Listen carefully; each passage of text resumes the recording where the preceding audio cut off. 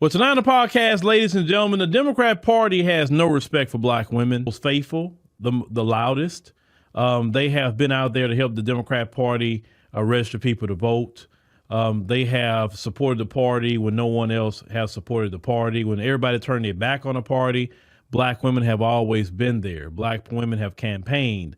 Black women have canvassed. Black women have put in the work in the Democrat Party. And the Democrats just don't respect black women whatsoever. Let's check this out. So here is why aren't black women in the conversation to lead the Democrat Party, which black women, as I said before, put in the most work, and they should be leaders of the party. So they want to be valued not just for their output, but for their input, and have fought to claim their seat at the table. Well, realistically, they don't respect you, but let's continue. So they're saying here the Democrats Party has been wringing his hands and debating a course for his future, and also needs a new leader. The current Democratic National Committee Chairman Jamie Harrison is seeking another term, and the party is preparing to select his replacement. And say in the month since the Democrats lost the 2024 election, several names have been emerged as contenders. Let's say including Ben Wickler, current head of the Wisconsin Democrat Party, Minnesota Democratic former Labor Party chair Ken Martin, former Maryland Governor Martin O'Malley, all of whom have announced their candidacies for the role, and even veteran Democratic strategist Rahm Emanuel, the worst mayor of Chicago they ever had. I think he was even worse than Lori Lightfoot, in my opinion. The current U.S. ambassador to Japan has suggested to fill a position, but Rahm Emanuel going to ruin the party even more, so put him in a position, you'll see. I said largely left out of the conversation, say black women, the backbone of the Democrat Party and the staunchest supporters of Vice President Kamala Harris' campaign, backing the nominee at a rate of 92% in November. Given their outsized performance in the election, their exhaustion in the wake of the disappointing result, they wondered whether their absence was intentional on their part. They say the parties or both. They say they reached out to Marsha Fudge and Ally Harris, who worked on the campaign, also noticed the omission. Now, she noticed it. So she said that while there were other black people in senior leadership in the party who had asked her to consider running, she ultimately decided she's not interested in the role. Fudge says she was saddened that I haven't heard any other black names mentioned because they don't respect black people. They want you to vote, but they don't want you. They continue to say there should never be a conversation the Democratic Party does not include a black woman. I agree, but they don't respect you. They say a national political party chair is not always a household name, but the role is an important one. They say particularly in the years where the party is out of power. In the White House, there are plenty of the party standard bearers, say its public face, its primary fundraiser, cheerleader, and messengers. That black women have long been regarded as the Democrat Party's most loyal and consistent voting bloc. But in the recent years, black women have increasingly demanded that they be valued, and not just for their output, but for their input, and have fought to claim their seat at the table and to help set the party's agenda. A record 7 black women were state party chairs in this election cycle. And they say, as of the writing, none of them announced their interest or intent to succeed current chair Jamie Harrison, only the second black man to chair the committee. Donna Brazile is the only black woman to serve as the acting chair of the committee. And yeah, she wasn't in there long at all. It said election for the chair is February 1. It said 2 meetings with implications on the future of the party were held. It said this week in the opposite ends of the country. Power Rising, a group of politically active black women, including activists, politicians, and business leaders, said met in Florida as the state party chairs gather in Arizona. Okay, so they talk about Nikema Williams, who chairs her state Democrat Party, skipped the convening in Arizona this week, choosing instead to attend to a congressional and family business in Washington. Okay, so this is the thing. Let me tell y'all about this. You know, it's 2 things to this article. One, you have 2 things. One, the Democrat Party. Once again, I mentioned this in the live stream a little earlier tonight on the African Diaspora News Channel. The Democrats really want to move to be MAGA light. That's one. And MAGA light is not going to have a bunch of black women at the head, right? Number 2, black women are exhausted.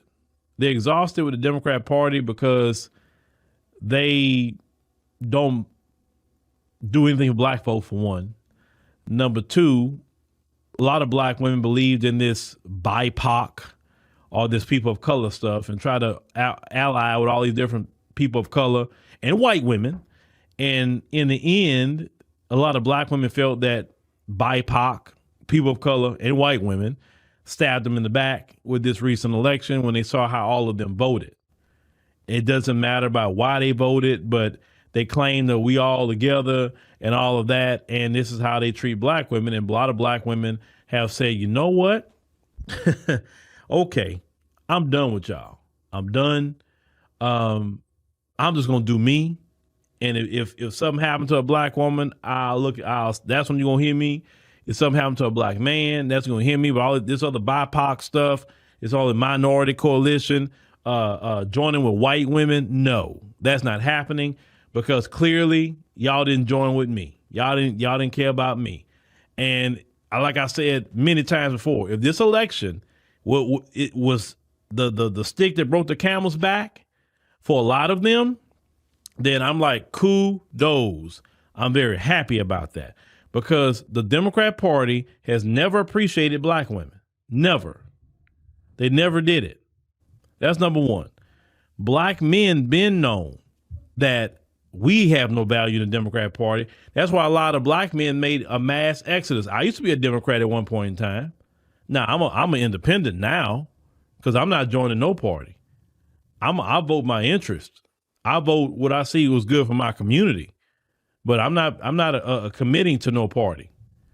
Now, if the Republicans invite me to go to some event or whatever, I'll go and see what they're talking about. If the Democrats invite me to come to some event or whatever and see what they're talking about, I'll go see what they got going on too. Because I'm not on either side. But I do understand that there's more power in political independence. And that's why I tell a lot of my sisters, come out of that Democrat Party. I'm not telling you go be a Republican, but come out of that Democrat Party and let's join the rest of us with political independence. Make the Democrats and Republicans work for our vote. You see, the issue, sisters, the reason why they don't prioritize you is because you're giving them 92% of the vote, and they have not gave you nothing, sisters. They gave you nothing. 92% of the vote, and you don't have an anti-black hate crime bill. 92% of the vote, and you don't have cash payment reparations. 92% of the vote, and black women still can't wear their hair the way they want to wear their hair all over this country. You know what I'm saying? But you vote 92% Democrat. What has the Democrats done for black women or black people, sisters, for you to be that loyal? You would have thought that they gave us an anti-black hate crime bill. You'd have thought they gave us cash payment reparations the way some of you sisters are voting Democrat. They haven't given us anything. And no, we're not just voting for nothing. No, we got to get something out of that deal. Period. Get something for the community. But 92%, that's too much loyalty to anything. Black women always show up for the Democrat Party, but they never show up for you. That's why I tell a lot of my sisters, come out from that Democrat Party, get into political independence, and let's fight for our community for real. We ain't fighting for no minority coalition. We're not fighting for no BIPOC. We're not fighting for no people of color. We're not talking about no white women. We're talking about black women, black men, black children. That's what we're fighting for. The only women you need to fight for is black women. The only men you need to fight for is black men. The only children you need to fight for is black children. Yes, I said it, because we have sat up there as a group and prioritized everybody else. And then when all these other groups get theirs, they never turn around and say, oh, hey, what happened? I got to look out for the black women and men that helped us out. No. They use us to get what they need. And then they say, hey, y'all problems, y'all problem. No, I ain't got nothing to do with that. Every group is done at the black folk. Every single group.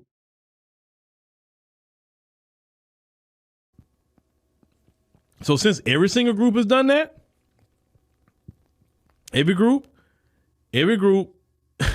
needs to deal with their own problems. We have enough problems in Black America that we need to solve. Plenty. We can't have our people going on all these side quests that cause a distraction in our community. No, we need black people dealing with black issues, black people's prosperity, all things that we need done. We need all hands on deck. We can't afford black women to be running off over here. We can't afford black men to be running off over there, because we need to come together so we can save the next generation of our children. The Democrats are not prioritizing our children. The Republicans aren't prioritizing our children. We, as black men and women, FBAs have to prioritize our children. So we need our sisters to wake up from that party and come on and just get community based and let's do something for our community. That's what we need. The Democrats do not care about black women. You can be a backbone. A backbone isn't a leader. A backbone is just something you depend on. A backbone is something that holds you up so you don't fall. But a backbone isn't prioritized. A backbone isn't honored. And a backbone doesn't lead.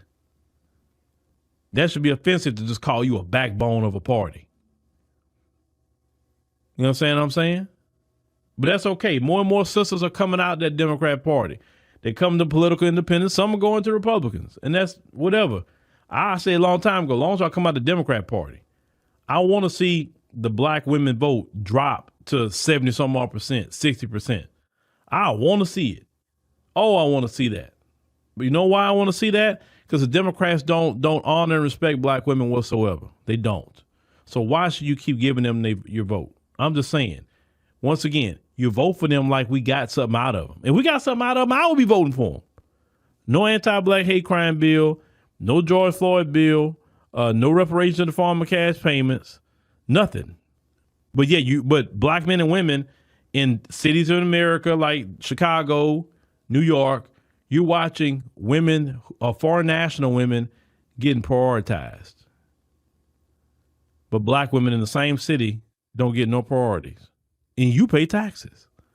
That's the stuff I'm talking about. Think about that. When we talk about illegal immigration, we talking about women, foreign national women are getting more stuff and they're taking from your pocket to give to foreign nationals. And it's a Democrat Party that's been doing that.